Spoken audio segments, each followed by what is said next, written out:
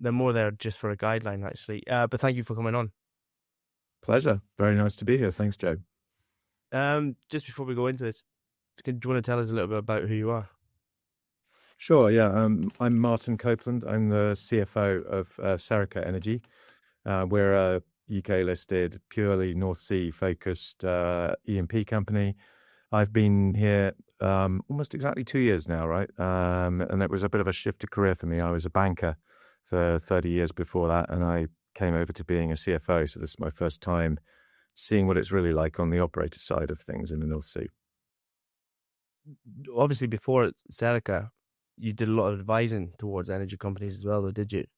How is that in comparison to now, obviously being in them? Yeah, it's really, really interesting. It's been massively eye-opening. It's been really great for me because I've actually been learning, and I guess I'd been an M&A, an advisor on M&A transactions in the North Sea and in the energy space generally for a long period of time, and kind of thought I knew what the job was, sort of understood it. But my goodness, when you come inside, you really understand that there's a lot more that you didn't actually know and understand, and you really appreciate all of the complexity. So look, it's been fascinating. There's a lot of stuff that I'm learning that when I was an M&A advisor, you'd advise on a client on a transaction, and you'd obviously be very involved in it right up until the point at which the deal signs. But then you pretty much move on to the next thing, and of course, for a company when they buy another company or another set of assets, that's only the beginning. Once you've signed the contract, you then have to actually complete the transaction and then integrate it and do all of the components that actually make it work and deliver the value. And that's been, whilst I knew that was clearly a thing, I'd not had the experience of being at the coalface in that, and I am now. So it's been really interesting and eye-opening, and just good to see how that all works and see how actually delivering value, it's so important to get those things right. Guys, I'm sorry to interrupt this show, and I really hope you're enjoying it. One thing I'm going to ask you, if you're listening to it and you're not liking, following or subscribing to it, could I ask a massive favor that you do? It really helps the show, it helps me bring in more people, and it helps me get more stories out there, which in favor brings more stories back in. Let's get back to it. What do you think? Obviously, you say it's eye-opening. In what way, though? What way is it eye-opening in comparison to just, selling a company or selling off assets, so to speak, and then now, obviously, Yeah, I mean, I see it as being more real, right? We're in the company that's actually employing people and, trying to, create economic value, doing so against a bunch of headwinds that, our government has been putting in the way, and trying to influence to kind of, get policy into a better place so that we can continue to do that and deliver the energy security and the hydrocarbons that the UK needs. And so it feels like a much more, it feels a more real experience to me, right? It's about what, really how you, deploy capital, employ people, and create value, but also deliver, deliver for all stakeholders that are involved in and around Serica, our workforce, our supply chain, and then also ultimately the product that we produce, supplying gas and oil to the UK market. It's just a much real experience, I guess, than I can't say that the world of financial services is in fact needed and very important. It gave me a very good, life for a long period of time. So I'm not going to say that it's bad. And right now, of course, I still have to maintain good and strong relationships with a good group of banks and other institutions who help support us as well. So it's all integrated, and it all works to ensure that we can deliver value and create jobs and deliver for the UK as a whole. Serica have probably performed overly impressive in my opinion. Consider the kind of climate they've been put in the UK. What are you guys doing differently that actually is unbelievable to see? Well, I mean, it's kind of you to say that, but I don't think we necessarily feel that ourselves, right? I mean, it's all. Look, we know that we're up against a number of challenges I referred to, headwinds, right? The tax regime, and but it's not just the tax regime. It's the same impact that's hitting everyone in the North Sea today is the kind of regulatory kind of stasis, if you like, the fact that nothing has happened. I think it is now, the last field development plan approved in the UK was our Belinda field, and that happened in May 2024, so just before the UK general election. And here we are getting on towards 2 years later, and there hasn't been a single FDP approved.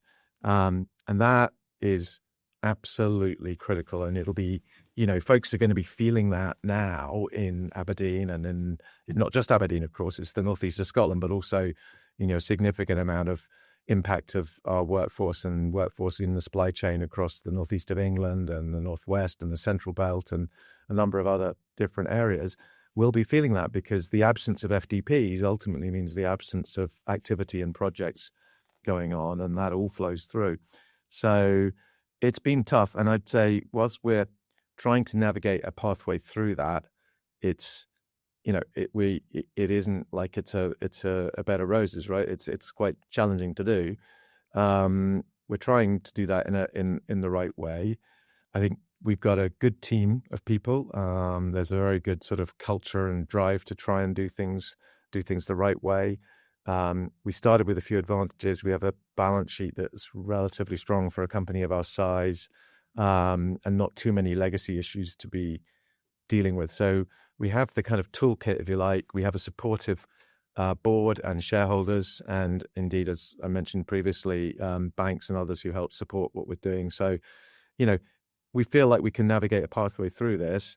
And I would say that it does feel like the actual backdrop, the things, the headwinds are probably beginning to soften, and we're beginning to see some movement now. And so I think, the broader macro looks more positive than it has done, frankly, since I joined the company. And so let's hope that carries on, and we see, and that will be to the benefit of us, but not just us, all the other North Sea operators as well, and then ultimately for the supply chain.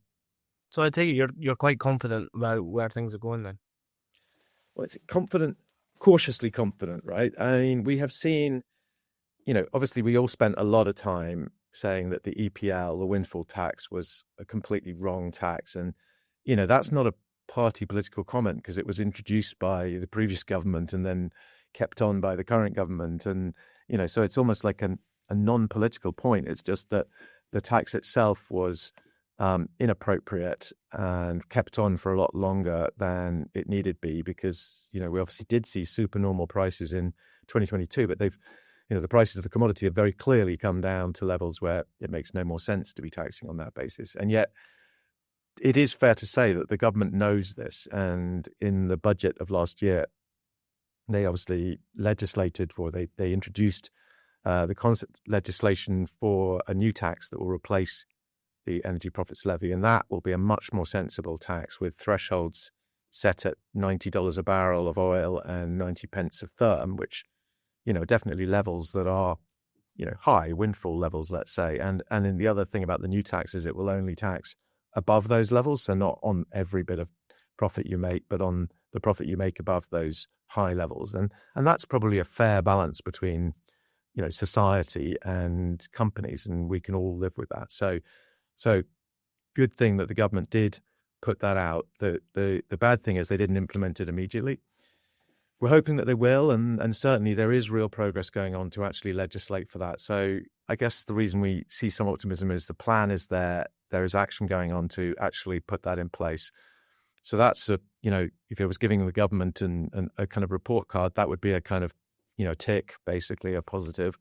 The bit that's less positive still is the regulatory backdrop, as I mentioned, or the lack of FDP approvals. That it's not, the system is open and capable of taking approvals. It just hasn't taken them. And I think the first step in that will have to be the reissue of the licenses for Rosebank and Jackdaw, two very, big and high-profile fields. And people listening to this podcast will probably know that they had licenses, but those licenses got made void by a legal case, and then the government published new rules to meet the requirements of that legal case, and now we're waiting on the government to reissue those licenses. I think seeing that signal, when that happens, and I like to think it's a when, not if, when that happens, that will be a very important sign, I think, for how my cautious optimism would turn into a stronger optimism, if I can put it that way.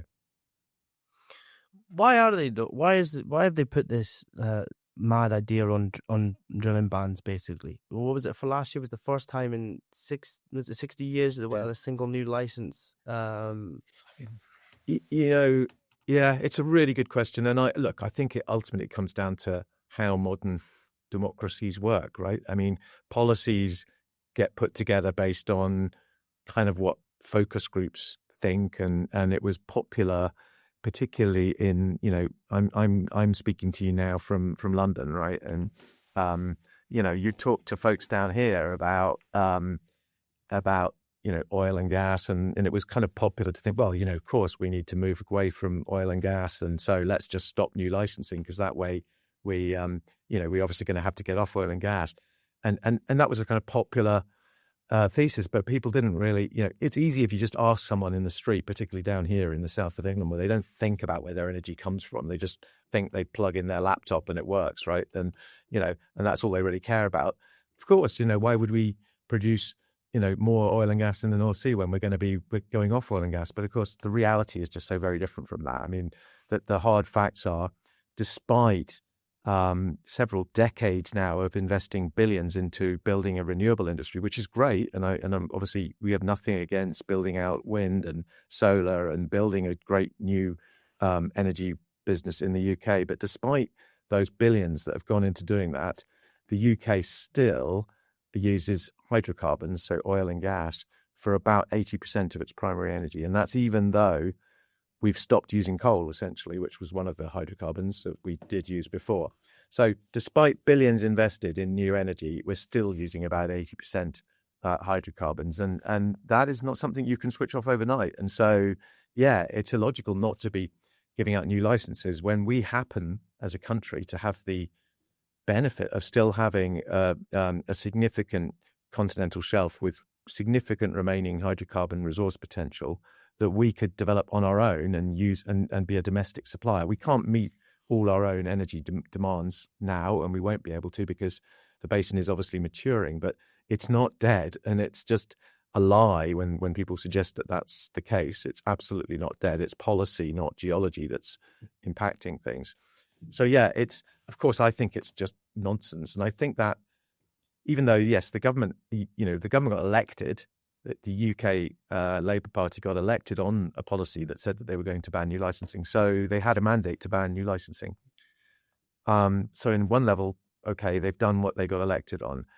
They have, though, listened to the industry, and they are saying, and there is in the legislation or the proposed legislation a provision which will allow them to continue to give licenses for near field, for tiebacks, etc. And so an element of listening to the industry and realizing the practicalities has been taken on board, right? And they've turned the soundbite into something which allows them to say they've delivered on their manifesto, but hopefully will still give us a practical way we can move forward. I'd like to see them completely reverse that, but I accept that we live in a democracy and people voted for a manifesto, and so the government has a mandate to do what they're doing. Yeah, but the cause of now importing your oil, 55% of your gas, from a country that shares the same basin. That it really doesn't make very good sense, does it, when you think about it like that? I mean, of course, it's the most iniquitous thing. I mean, it's like, I mean, of course, the reality is whatever they do, it's made no difference to demand of oil and gas. So if we don't produce it ourselves, all we will do is import it. And as you are rightly pointing out, a large part of that is coming in piped gas from Norway, and, right across the water, we can effectively see that from our Bruce platform. It's 15 kilometers from the median line in the middle of the sea. And we can see that the policy just the other side is completely different. And the amount of new licensing that they've just awarded in Norway is enormous. The industry is buoyant. I mean, it's just, and that's what is particularly frustrating for those of us who really care about the UK continental shelf and this industry, is to see right across the water just a completely different mentality. And that's not from a country that's some kind of, I don't know, ultra right-wing loony country. This is a very sensibly run country with a very green-minded population, but one who understands the reality of how energy is, that we need all of the above. It's an and, not an or.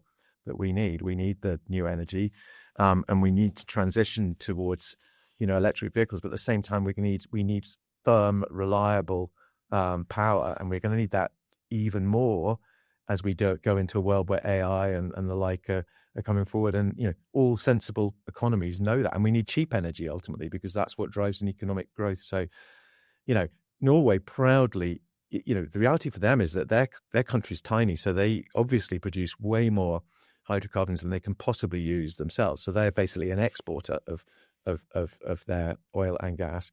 But they see that as providing a fundamentally important role in Europe's national security, which is the provision of energy security for Europe and the provision of some of the cleanest energy on the planet.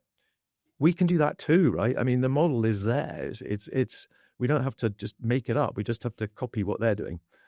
So yeah, it is frustrating that we're not. How important is the long-term thinking though in a basin where the policy is the way it is at the moment? Yeah, I mean, this is one of my bugbears generally with the way we deal with energy policy is that, I mean, I like to say, and it's something, I'm not the only person who makes this comment. I think the Aberdeen Chamber is pretty good on this point too, that really we should be taking energy policy out of a kind of political arena, because the problem is we need to set policy based on decades, right? Not 4 or 5 year electoral cycles. And having a policy which shifts dramatically from one party or one 4 or 5 year electoral cycle to another is just really, it just can't work, because the planning time for big projects, the likes of Rosebank, Jackdaw and others is investment timing in decades. And that's one of the benefits Norway's had, is that despite the fact that they have roughly the same as us, they have elections every 4 or 5 years, and the parties change from Conservative to Labour, and but despite that, they've had a consistency of policy making as regards the Norwegian continental shelf for decades. It's just been the same all of that time. And that means that the companies can make long-term decisions, can make investment decisions that are based in decades. It's really, really tricky when we chop and change. So, what we as an industry want is just consistency and certainty of policy. And we've just had the least of that over the last decades. And again, I'm not making that as a political point, because it was just as bad under the Conservative government previously as it has been recently with the current Labour government. So it's both major parties in Westminster who've been at fault for that. So what we're calling for is a bit more long-term thinking, and that's where my cautious optimism comes in. I do think that is understood by this current government, and they are trying to put that in place. So, they started off on a probably difficult footing, but I think they do understand that, and we're certainly hopeful that will come through. So yeah, long-term matters because our investments are based on long-term. Do you think that's putting more companies off though? In the UK, we are starting to see, unfortunately, companies leave.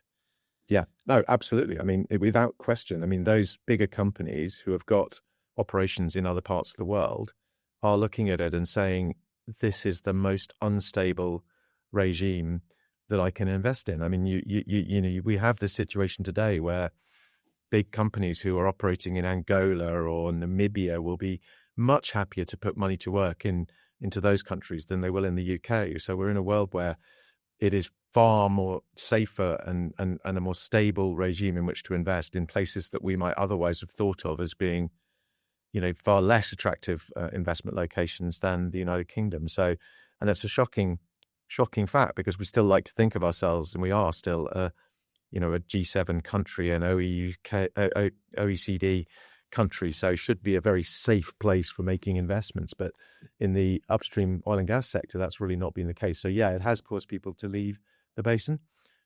Having said that people leaving the basin is also a source of opportunity for companies like Serica. It's part of the reason why we can maybe acquire assets from some of those folks who are moving off to focus elsewhere. So yeah, so look, there's always that also means that when we compete for deals and transactions, there's fewer companies that we're competing with. I mean, it's not that we don't have competition, we absolutely do, but we don't have as much as a result. of that sort of instability. Do you think Serica will continue to keep trying to grow within the UK? Do you think you'll try and Yeah, I become a mean, bigger operator?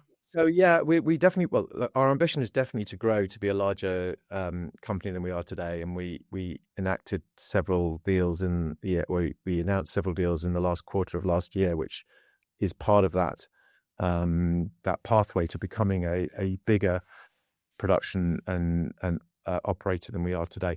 And the reason for wanting to get larger is not just because we want scale; it's actually to give a greater degree of stability to our ability to generate cash flow and therefore to sustain our business on a go forward basis. So we absolutely intend to grow. The UK will still be absolutely core to us, but it won't necessarily be the only place. We are beginning to look at where else might we go in other parts of the world. But that's not to say that the UK isn't going to continue to be core, and we'll continue to look at pretty much anything that comes up in the UK. I would say that the amount of consolidation activity that's taken place in the last 24 months in the UK means that the number of opportunities in the UK is probably going to be fewer this year than it was, say, last year or the year before, just because lots of things have happened, right? Loads of companies have got together already, and therefore there's fewer opportunities to come from that for now.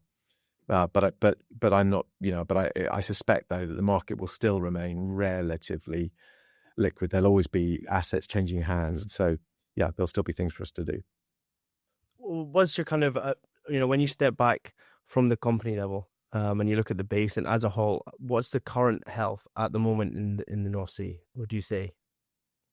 Yeah, not great, right? It'd be hard to say that it was in rude health. I mean, and that is, basically what has happened is that this energy profits levy has basically, it's acted as a super tax, and that super tax has obviously weakened the balance sheet strength, the financial strength of the companies operating in the basin, which then means they have less money to invest, which then has a knock-on impact on the entire supply chain and the health of the basin. And then you find that some of the pieces of the supply chain maybe themselves leave the UK, and then so there isn't a supply chain to be able to do the next thing, and that also then has a knock-on impact on some of the infrastructure, key pipelines or key kind of linchpins in the overall network in the North Sea become endangered. And so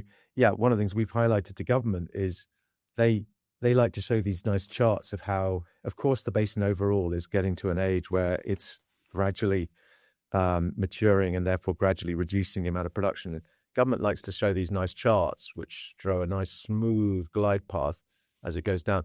What we and the rest others in the industry point out is that it won't necessarily act like that. It won't necessarily be a nice smooth glide path unless action's taken, because key pieces of infrastructure could suddenly become uneconomic, which then means a lot of other assets which are still actually healthy can't produce because there's no way for them to evacuate the hydrocarbons. So, the understanding of this reality of how the plumbing and how the physical interlink of all the different assets and infrastructure works is something that, I do think the government does appreciate that now.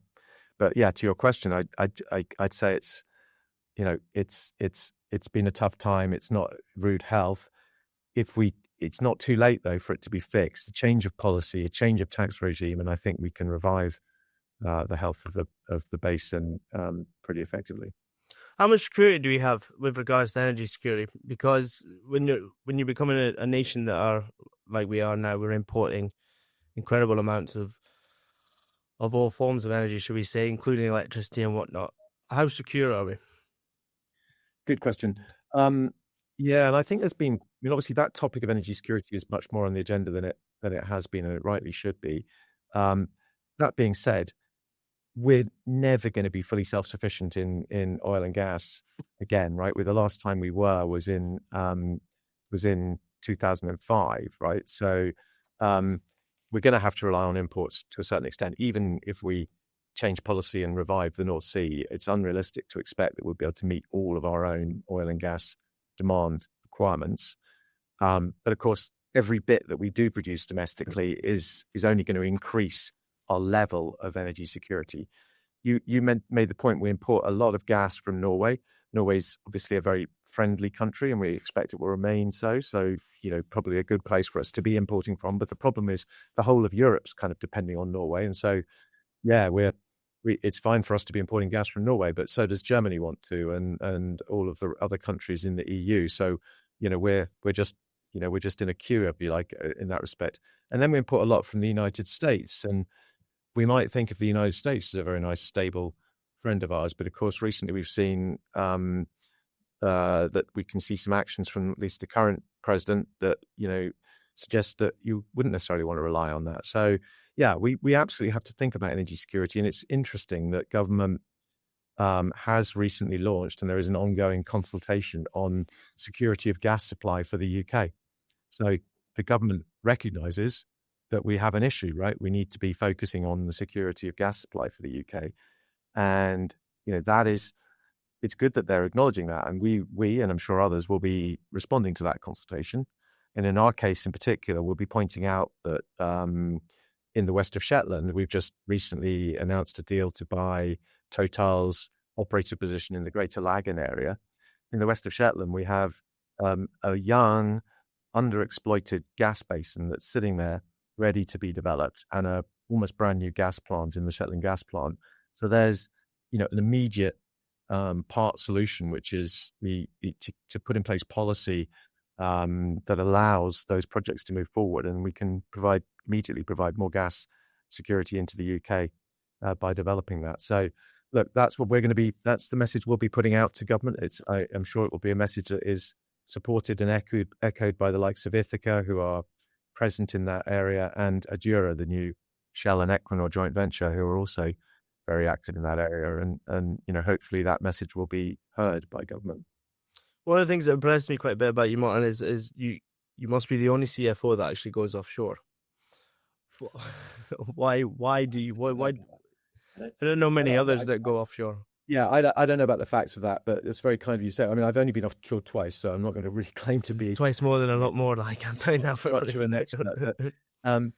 Look, why did I do that? I mean, partly because, yeah, I'm a CFO, but I'm also a director of the company, and so that means that I do have a responsibility as a director of the company for the health and safety aspects of everything that we do. And it felt to me that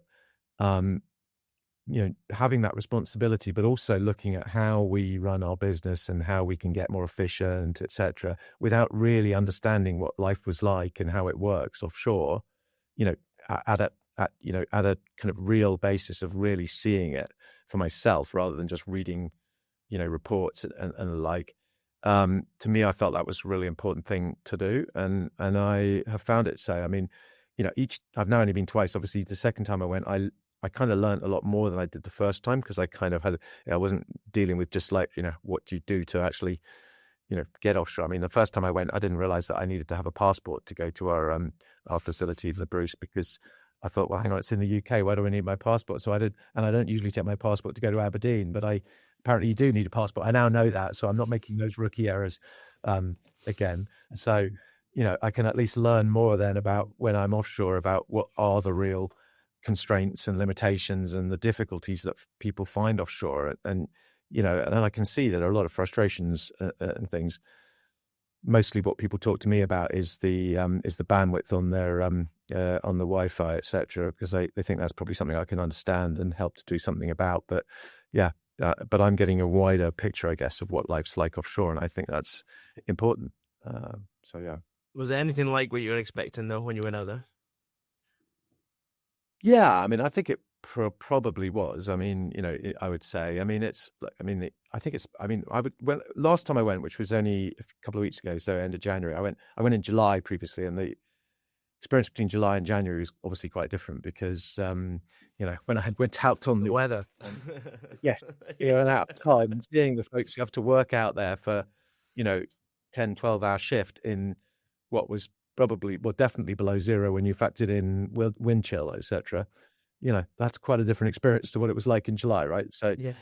so that was kind of eye-opening. But the thing that I got the opportunity last time to witness the weekly alarm call. Like they do a weekly, and I'm sure they do it on every installation, a GPA drill, basically. And I think it's normally done on a weekend, but it was done on a Monday when I was there last, and I got to witness that, but from the control room, and to me that was deeply impressive, right? It was to see kind of how the crew as a whole functioned and how they operated in a scenario that was, being put to them by our health and safety folks who were kind of making up a scenario, but that the OIM and the other senior members of the team didn't know what the scenario was going to be. And I was blown away by how drilled they were and how, how organized and how focused and everything it all was. I mean, to me, that was just, deeply impressive. So, it was a good thing to see. Yeah, it might be a different situation. The people that are mustering aside have a shot. Not another fucking mustard drill. Yeah. Indeed, I know. They probably see it that way, but if something happens, be glad that it is being done with the frequency it's being done. No, I think that's one thing that, to be fair, most places I've been, they do take it seriously. Like, and it is quite important when you consider, if you get it wrong, what happens to the other side of it. Exactly. What's success look like for Serica over the next 5 years? Good question. Look, we're trying to create a sustainable E&P company, and I'm using the term sustainable in the sense of that has a continuing future, for the medium term, right? Because the nature of our business is, if we don't do anything, we ultimately sit there and just produce our reserves, and then the company will cease to exist, right? And yet we're not going to be Shell or BP, right? We just want to create a company that has sufficient scale that it can reinvest its own capital to continue to support its own continuing existence. And then you've got a company that can both, continue to have a medium-term future and then, and generate economic return and pay healthy returns to our shareholders and the like. And that's what we're trying to create. We need to get to a bit higher scale for that to be delivered on. So I guess success would see us reach, I don't know, it's not an absolute target, but something, if we got to 100,000 barrels a day of production, that gives us a lot more comfort than perhaps where we are today. And I think I'd see us in another basin, another country as well. So we've got a bit more diversification of fiscal, political exposure.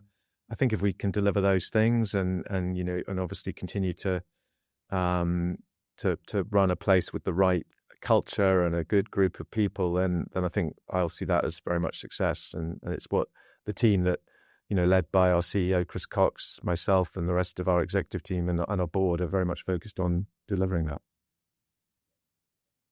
Do you think you see the chance of new developments within the UK sector, though? Yeah. I mean, will they be big mega projects? There are definitely big mega projects still to come. I mean, there are obviously the likes of Cambo or, there are a lot of them in the West of Shetland, obviously Cambo, Tornado and the like, which are, projects that the likes of Ithaca and others are looking to bring on. And certainly one would hope that we do see those things move forward.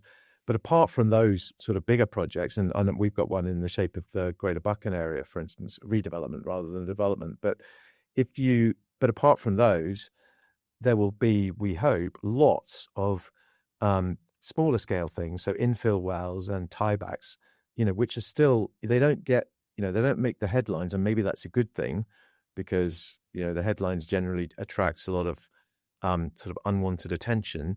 But those infills and tiebacks are the things that really are the lifeblood of continuing health of the basin and continuing the life of facilities. So to keep pushing out COP dates as much as possible. So I think that's all. There's plenty of that ready to go. We're readying our own program in that area. But as I said at the kind of the beginning, what we need is government to unlock or unblock that process of approving new field developments, and then I think we can see a lot of that come through. So it's another important year. We say this every year, but we're at the beginning of another important year for how that works. And one would hope that in the next few months we'll see Rosebank and Jackdaw get their approvals, and then after that, I'm sure other new projects should follow. Do you think that might be the kind of fire starter, so to speak, that might maybe kick things back off for everyone? If Rosebank and Jackdaw has to get going, it has to be, because those two projects are, as you know, I guess your listeners will be pretty aware, but they are, they're essentially built, right? They're ready to go, or near enough. I mean, Jackdaw is, and Rosebank is, I think, substantially a long way down the path on the capital spend.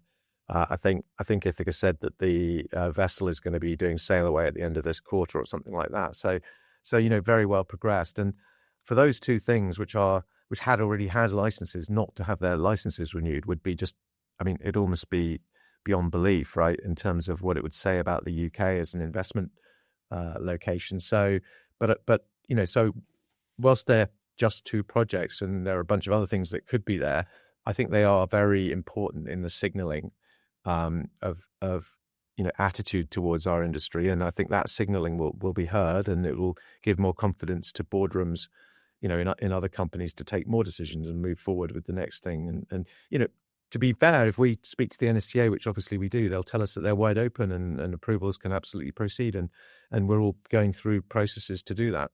But I think what we just, but notwithstanding all of that, I think we want to see what happens with Rosebank and Jackdaw, and everybody does. So let's hope that happens in the quite near future. Are you still optimistic considering, everything? You seem a bit you kind of actually. I feel like it's been quite a good conversation in terms of the fact that there's a much more positive view than, majority of what you see and what you can hear is quite doom and gloom, but you seem quite optimistic. Well, I think we are turning a corner. I don't want to be claiming that we're ready to run a victory loop, right? I mean, that's not the case at all. It's just that, no.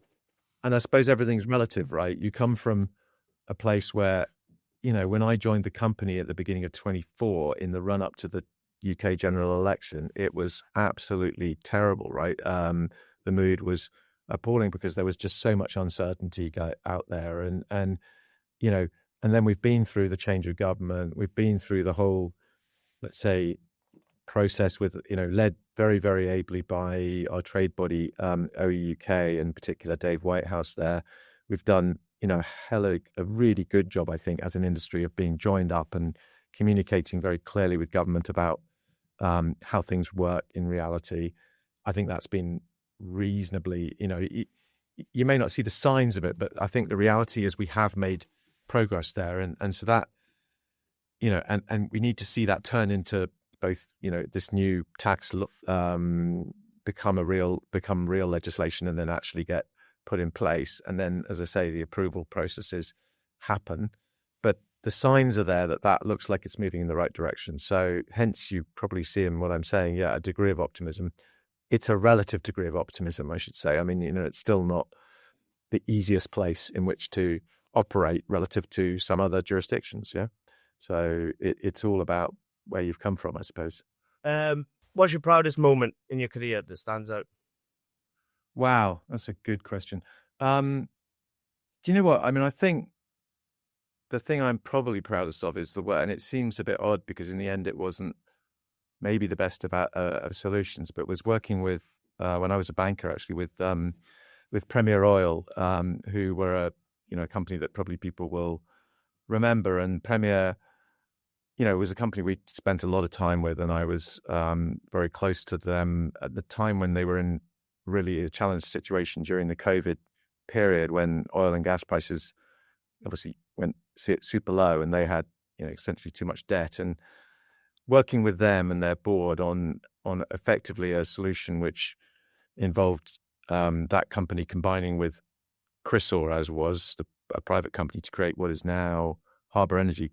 That's probably the moment, I guess, that was probably the most, sort of satisfying for me, so far. Because well, it was, it was difficult and painful and challenging. Ultimately it was a good solution for Premier, and of course it's gone on. Well, I mean, I can't take any credit for that, but obviously what Harbour's gone on to do is to create a very significant company, and one that we look at and think, that what they're doing is really interesting, and we're much smaller and a much earlier stage in that, but that's a sort of pathway we'd like to emulate. So that's pretty my answer to that one. No, that's pretty cool actually, and impressive. And I can't thank you enough for coming on as well. Thanks so much, Martin.